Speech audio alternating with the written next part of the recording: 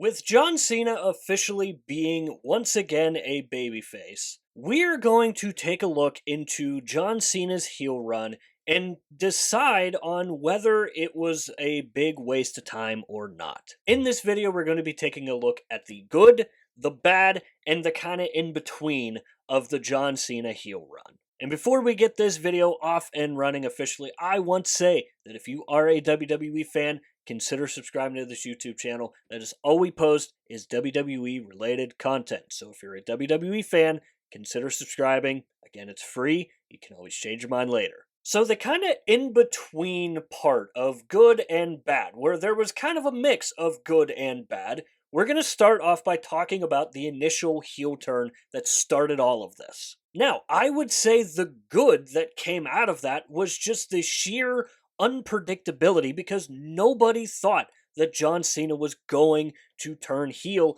especially in his final retirement tour. And I thought that WWE actually played it off pretty damn good.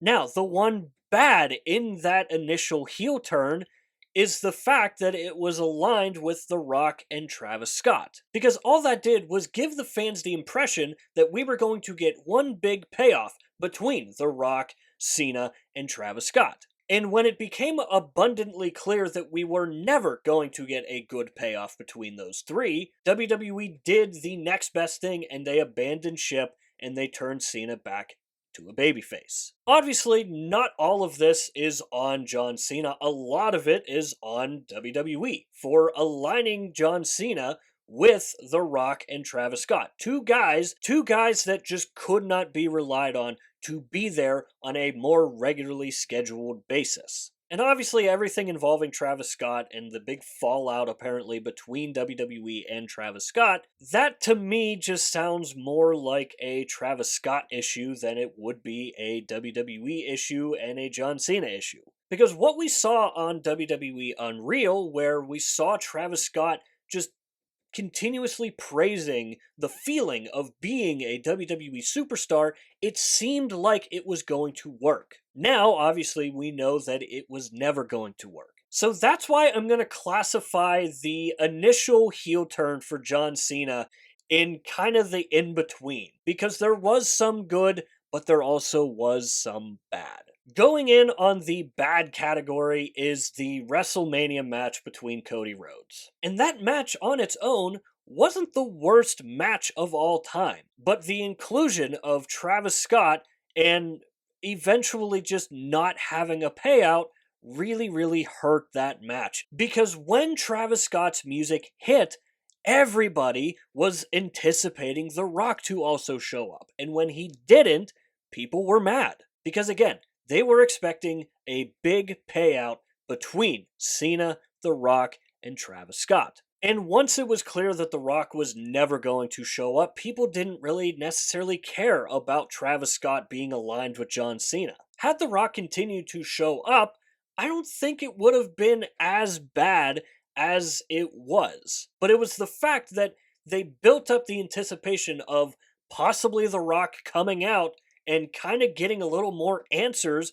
as to why John Cena did turn heel in the first place, as to why he did align himself with the final boss and with Travis Scott. But when it was just Travis Scott taking 10 minutes to get down to the ring, which completely threw the pace off of that match entirely, nobody wanted anything else to do with Travis Scott. So the bad, and I would say it's probably the worst out of the entire Cena heel run, is the WrestleMania match between John Cena and Cody Rhodes. Flipping over to the good, I would say the feuds between both Randy Orton and CM Punk were both really freaking good. I thought that Cena and Randy's feud was very good, and a very good feud for John Cena, who was just coming off of Cody Rhodes' feud, and now had the title and was going around as the Never Seen 17. And the moments that we got leading up to their match at Backlash, I thought was all really good. And then you had the feud with CM Punk, which I also thought was incredibly freaking good. You obviously had Cena recreating the pipe bomb, then you had CM Punk coming out with basic punkonomics. Those two feuds could have had everything that you ever wanted and more, coming from two feuds that are simply classics. Now, flipping over back to the bad category, where I have John Cena teaming up with Logan Paul at Money in the Bank. This to me felt like this is where we really started to feel like we were just walking through a giant pit of mud. Because it was right around this time where we pretty much knew that we were never going to get anything else from The Rock, from Travis Scott, and so that really left a bad taste in people's mouths. And then he aligns himself with Logan Paul, and they have the match at Money in the Bank between Cody Rhodes and Jey Uso. That match, that feud, didn't really do a whole lot for Logan Paul, Jey Uso, and it didn't really even do a whole lot more for John Cena and Cody Rhodes.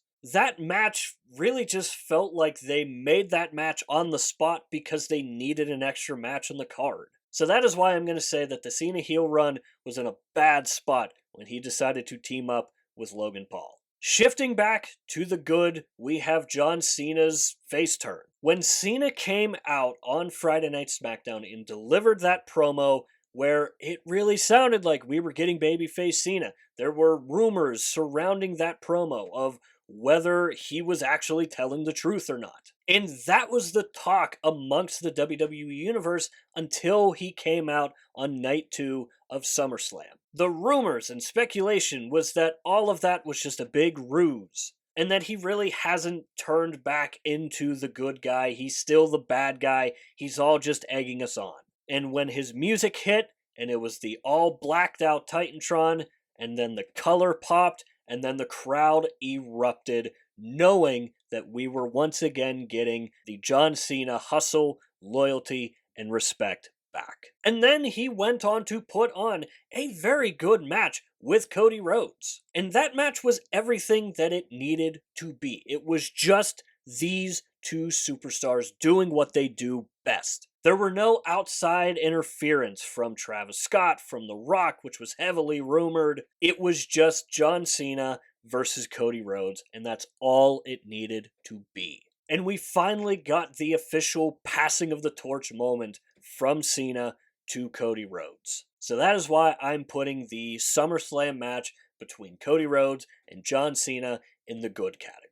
And that is where I'm going to leave it up to you guys. Let me know down below in the comments what you have thought about the John Cena heel run. Did you like it? Did you not like it? Let me know why you liked it or didn't like it. And also let me know if I forgot something, let me know that down below too. As always, let me know that stuff down below in the comments, and while you were down there, swing by the description and click the Linktree link. That is the only link in bio for a reason, and that is because it'll take you to all of the social media platforms for this channel.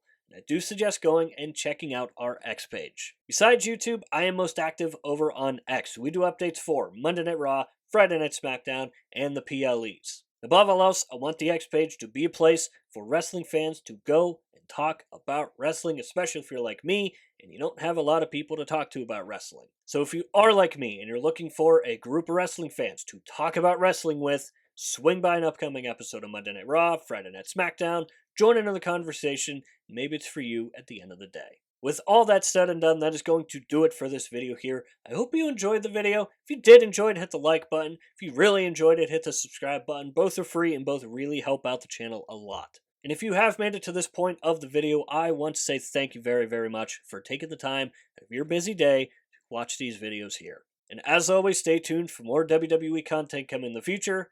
We'll see you next time.